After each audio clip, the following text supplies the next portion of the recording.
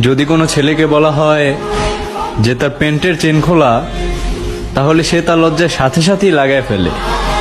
আর যদি কোনো মেয়েকে বলা হয় যে তার বুকের ওড়না নাই কেন, তাহলে সে তাকে আরো উল্টা নজর ঠিক করতে বলে।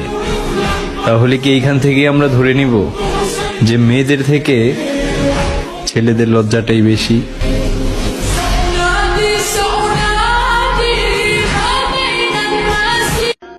আমরা টুপি পইরা একটা গালি পর্যন্ত দেই না, আর কিছু মানুষ বোরকা পইরা টিকটকে নাচানাচি করে।